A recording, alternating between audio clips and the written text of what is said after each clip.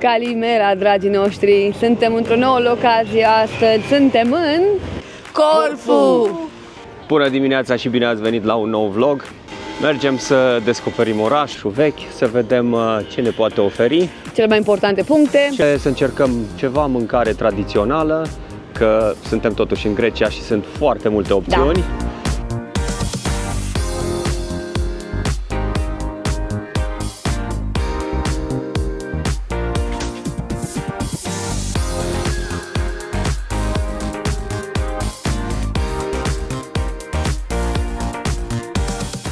Dacă vă plac filmulețele noastre, nu uitați să vă abonați la canalul nostru, este gratis, iar pe noi ne ajută foarte mult. Ne începem aventura în piața Spianada, cea mai mare piață din Grecia și una din cele mai mari din Europa. Haideți să explorăm! În față avem și clădirea Liston, sau mai bine zis sunt o serie de arcade inspirate din Rue de Rivoli din Paris. Acolo sus vedeți tur la Bisericii Sfântul Spiridon, o biserică din secolul XVI, o biserică ortodoxă, greco-ortodoxă, cunoscută în principal pentru picturile frumoase din interiorul bisericii. În catedrală sunt păstrate și moaștele Sfântului Spiridon, care este considerat protectorul insulei. Ce altceva putem face în Corfu decât să ne bucurăm de străzile pietruite, înguste, pline de magazine de suveniruri și clădiri interesante.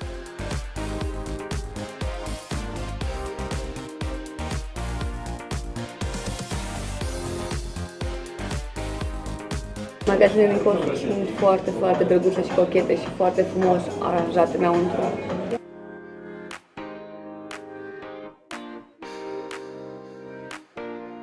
Pe aici te poți plimba, cred că cel puțin 2-3 ore pe străduțele astea. Cum coată asta ce e?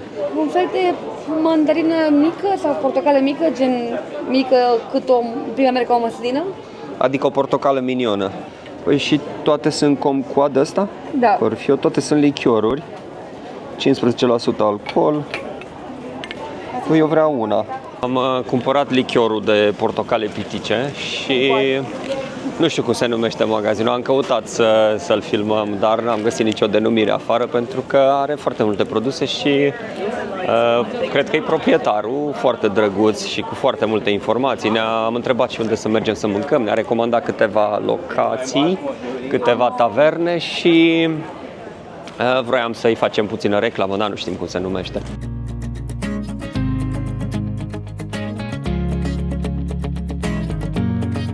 Am uitat să vă spun, Cristinei îi plac foarte mult cănile.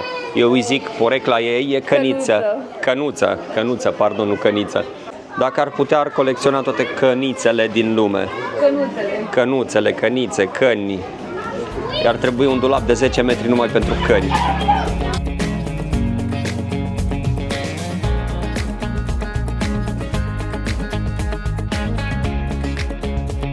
Old Town ăsta e ca o piață continuă, adică e plin de... Ai de unde să-ți cumperi magneți de frigider și tot ce vrei. Dacă ești un fan al magneților de frigider, mie îmi plac astea cu măgari. Astea sunt favoritele mele. În general, pentru că eu car ghiozdanul cel mai mult, am așa cumva o simpatie pentru măgari. Zici că ți-ai pus o ciupercă pe cap. Nu mai văd nimic. Ar trebui să ne oprim să căutăm și noi o tavernă dintre cele recomandate de domnul de la magazinul de suveniruri. Ne uitam la toate magazinele astea, că am trecut prin câteva până acum și ne-am făcut cumva o idee despre cât costă. Sunt mai ieftine decât în Atena. Da, mi se șoptește în cască că ne îndreptăm către o cafenea. Aș vrea să ne îndreptăm către o tavernă, nu o cafenea. Cu cel mai mare croc din lume, probabil, cel mai mare pe care l-am văzut. E numărul tău, ți se potrivește? 4.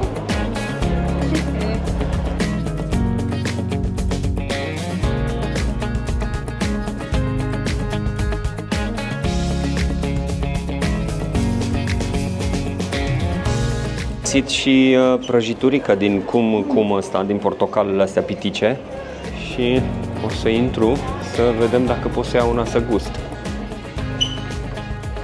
Thank you, have a lovely day, bye bye. Da, am luat prăjiturelele cum se numește? Cum. Adică într-o parte e scris cu K, într-o parte e scris cu Q. Haideți să încercăm și prăjiturica asta să vedem cum e. E bună, e foarte dulce. Da, dulce, extrem de dulce. Deci prăjitura se numește cum și e făcută din fructul kumquat. Pornit din nou pe străduțele astea, să mai facem un pic de shopping, să ne mai uităm ce mai oferă și să mai pierdem vremea până la urmă și apoi ușor probabil o să mergem și la o tavernă să încercăm ceva local, ceva grecesc. Locațiile recomandate de domnul de la magazinul de suveniruri a fost restaurantul ăsta de aici, Marina, și am venit și noi să dăm așa o tură, să vedem un pic cam cum arată și ne-a dat o listă mai lungă și ne-a recomandat mai multe. Acum am zis să trecem pe la primul să vedem, dar nu găsim meniu unde e. Arată și asta foarte autentic, adică bănuim că dacă ne-a recomandat restaurantele astea, ni le-a recomandat din toată inima. Căutăm, stai așa că am niște opțiuni aici pe care le căutăm. Pastisio? E pastitisio, care sunt niște paste. Așa le au aici, 12,50 €. Sunt ok la, uite, un moussaka, astea sunt toate cât de cât grecești, o moussaka. Uite și pastisada, asta o căutam, care e 15,50 €. Sunt ok la preț. Da, apoi mergem la a doua recomandare, să vedem și acolo cum e. Dacă am văzut acum prețurile aici, hai să vedem și cea de-a doua. Cea mai bună chestie când mergeți într-un oraș e să intrați într-un magazin și să întrebați localnicii cam ce recomandă ei, cam unde mănâncă ei, nu ce recomandă neapărat, dar unde mănâncă ei, și atunci ei vă vor da 2-3 opțiuni, mergeți și le verificați pe toate și vedeți care vă place mai mult, care e mai ok la preț și apoi vă faceți decizia. Cumva mi se pare mai ok. Bine, noi căutăm și pe TripAdvisor și pe Google, ne uităm la recenzii, dar în general cel mai ok e să întrebați un localnic, că el va ști cel mai bine. Sau întrebați 2-3 localnici și apoi comparați opțiunile. Sau întrebați ChatGPT și vedeți ce opțiuni vă dă și ChatGPT. Am întrebat 100 de români. Așa. Care e cea mai bună mâncare din Grecia? Toată. O altă piață interesantă e piața din Marchiou. O altă locație super interesantă. Au aici în față un fel de palat care arată foarte bine și multe terase. Cu copacii ăștia colorați arată foarte, foarte bine. 3-4 soiuri diferite de copaci care arată absolut demențial. Vroiam să zic că taverna mea favorită de aici din piață e Lio Dentro, sau cel puțin asta mi se pare că arată cel mai bine dintre toate. Și după foarte multe magazine, după foarte multe poze, după foarte mult social media, a venit timpul să ne punem la o masă, la o tavernă, să mâncăm ceva local. Haideți să mergem să mâncăm. Am ajuns și la a doua terasă pe care ne-a recomandat-o domnul de jos și este cumva o terasă care e transmisă din generație în generație. Deci domnul care servește la masă locuiește undeva în spate. Welcome to Corfu. Thank you very much. Și au mâncare foarte tradițională și foarte bună. Locația se numește Tratamento. Da, Tratamento, cafe și restaurant, sau cafenea și restaurant. Nu ne-am uitat la prețuri, dar mergem pe recomandare, cum se zice, nu? Găsit aici pozele cum arată sofrito. Cumva e recomandat să încercați sofrito și pastizada. Aici e pastizada. Deci restaurantele mele favorite sunt cele care au poze în meniu. Deci indiferent ce se întâmplă, când vezi pozele în meniu, parcă altfel comanzi. Comanzi mai cu încredere. Băiatul aici ne-a adus o sticlă de vin care e, aparent e unul dintre cele mai bune vinuri produse în Corfu. Un vin alb de... se numește Cacotrigis. Mamă, eu și limba greacă. E momentul să încercăm vinul ăsta, că a fost super recomandat și să vedem dacă își merită toți laurii.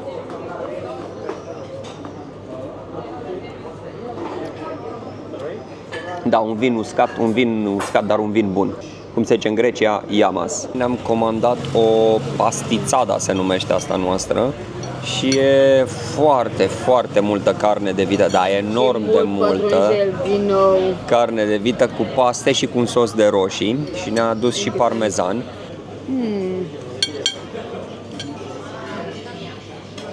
Foarte bună. Nu știu cum să o... E mai mult o tocăniță de carne cu paste. Super bună mâncarea, super de treabă stafful, se vede că e un restaurant care e în familie, Se lucrează tată, fiu, bunic, toată lumea era acolo și recomandăm din toată inima, dacă veniți în Corfu, tratamentul. O să aibă grijă, o să vă dea un tratament special.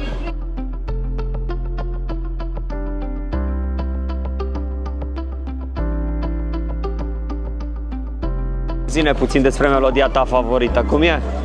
Stai așa, vezi mai bine lumea, de pe Burj Khalifa.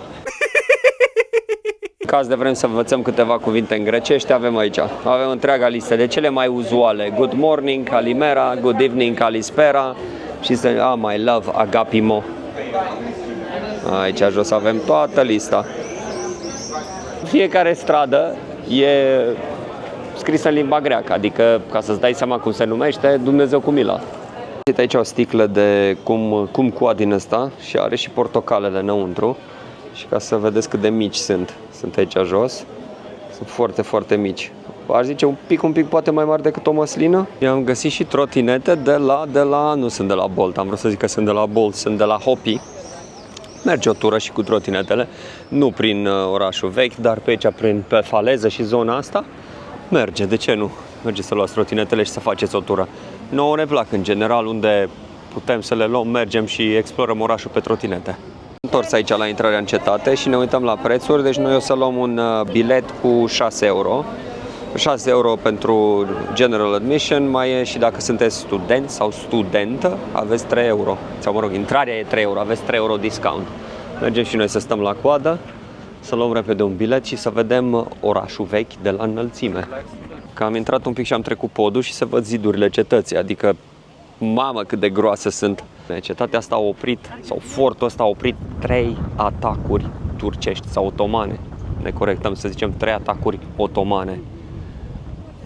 Chiar impresionant. Pe vremea când venețienii aveau insula, otomanii au avut 3 tentative să cucerească insula și toate 3 au eșuat. Și când te uiți la zidurile astea, dai seama de ce. Așa ne-a întâmpinat și tunul aici, ca să ne dăm seama că intrăm într-o fortăreață. Că cea mai interesantă chestie de făcut aici, în interiorul fortăreței, e să mergem sus acolo, să vedem orașul de sus, unde se vede și crucea. Și parcă văd și un far, da, pe partea cealaltă e un far. Și da, cam asta cred că e cea mai interesantă activitate, cel puțin pentru noi la momentul ăsta. Așa că haideți să mergem, tinerilor!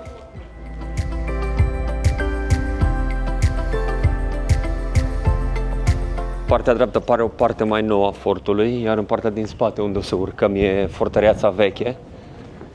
Și să ne uităm un pic, avem aici o listă cu indicații, cu direcții mai bine zis. St. George Church. Da, sus se vedea Lighthouse-ul. Păi, aia zic că, unde e Venetian Prison? La urci. Ah, ok. Mergem la biserică și apoi la închisoare. Acolo e biserica. Deci ce ciudată e construcția bisericii. Seamănă mai mult cu un templu grecesc. Cam în aceeași de cât, cel puțin la intrare. Coloanele seamănă cu Partenonul. Că nu are coloane pe lateral, are doar la intrare coloane. Da, și acoperișul destul de plat. Adică n-ai zice neapărat că e o biserică, ai zice că e mai mult un templu. Și de aici putem să vedem și farul sus. Și apoi și crucea și acolo o să ajungem și noi. Da, sunt curios, o să mă uit un pic să fac research cam care e povestea la biserica asta, pentru că arată diferit de orice biserică pe care am văzut-o până acum. Intrăm puțin în biserică să vedem cum arată în interior. Da. Nu-i voie să filmăm. Nu e voie, dar noi tot filmăm. Cine știe, am intrat doar așa puțin la ușă și plecăm. După cum ziceam, e o biserică foarte atipică, adică și interiorul arată diferit pentru o biserică ortodoxă.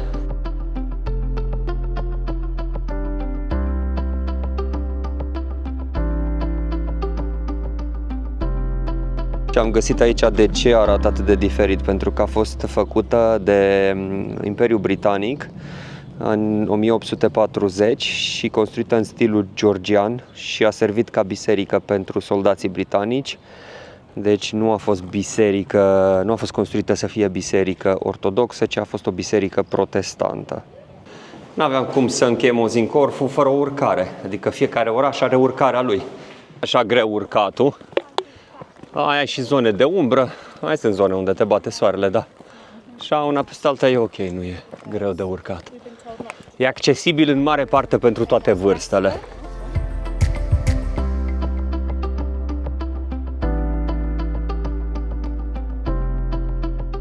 Sincer, am ajuns foarte repede în vârf, adică nu știu dacă a durat, să zicem, 10 minute. De jos părea mai mult. Mă așteptam să fie mai lung traseul, dar nu, imediat am urcat. Și adia așa frumos vântul aici, să te răcorească puțin, să mă uit pe unde calc, că mă răcoresc imediat, cu o gură de asfalt. Foarte frumos se vede de aici. Fortul ăsta vechi e o altă chestie care puteți să o vizitați dacă veniți în Corfu și arată bine, mai ales dacă ne urcăm aici. Probabil că o să vedem și orașul vechi, da, exact cum mă așteptam. Probabil dacă era puțin mai sus, se vedea și mai bine. De sus se poate vedea mai bine și Spianada, piața, cea mai mare piață din Grecia, care începe undeva acolo și vedeți se duce cu toată zona verde și se termină undeva acolo în cap. Am deslușit misterul unde e Grecia, unde începe Grecia și unde începe Albania. Deci din poziția asta, dacă ne uităm așa drept în față, undeva acolo, începe Grecia și se duce spre partea dreaptă, cum ar veni încolo e Grecia, așa în partea dreaptă. Iar dacă ne uităm undeva unde e zona de, nu știu dacă se vede, acolo în față se vede un oraș, deci se vede un iaht foarte, sau o barcă se vede în față, undeva nu după asta, mai în față acolo, și în față de tot se vede un oraș în Albania și munți în spate. Și aici pe partea de marină, acum am văzut că este o zonă de plajă, chiar văd în apă pe cineva, că se vede acolo notă, sunt 3 persoane în apă și acolo jos mai sunt pe plajă câteva persoane, chiar pe lângă zidurile cetății. Putem să zicem că itinerariul nostru de 6-7 ore în Corfu s-a încheiat și că atmosfera și oamenii din Corfu sunt extraordinari. Ce mai putem să zicem? E ieftin, accesibil la preț, prețurile sunt corecte și ce puteți să faceți? Pe scurt, puteți vizita piața care arată frumos, să vă bucurați de magazinele de suveniruri, de străzile înguste, de taverne, de biserici, că au biserici din plin, de mâncare bună, de voie bună. Hospitalitatea lor. Exact. Și dacă veniți mai multe zile, puteți să descoperiți insula, că are multe de oferit. Noi nu avem așa de mult timp. De fortăreață de aici. N-am zis de fortăreață. Fortăreața, noi am lăsat-o pe ultima 100 de metri, dar e foarte interesantă. Îți oferă o vedere foarte frumoasă asupra orașului și așa vă dați seama și de mărimea pieței, că am vizitat cea mai mare piață din Grecia și una dintre cele mai mari din lume și cam asta e, ce puteți vedea din orașul vechi sau pe lângă orașul vechi. Bine, sunt și excursii pe care le puteți face cu barca pe lângă, pe aici sunt o grămadă, dar ce am putut face noi, cam asta e. Până data viitoare, că vine și noaptea, că am intrat în tunel, vă pupăm, nu uitați! Like, share and subscribe.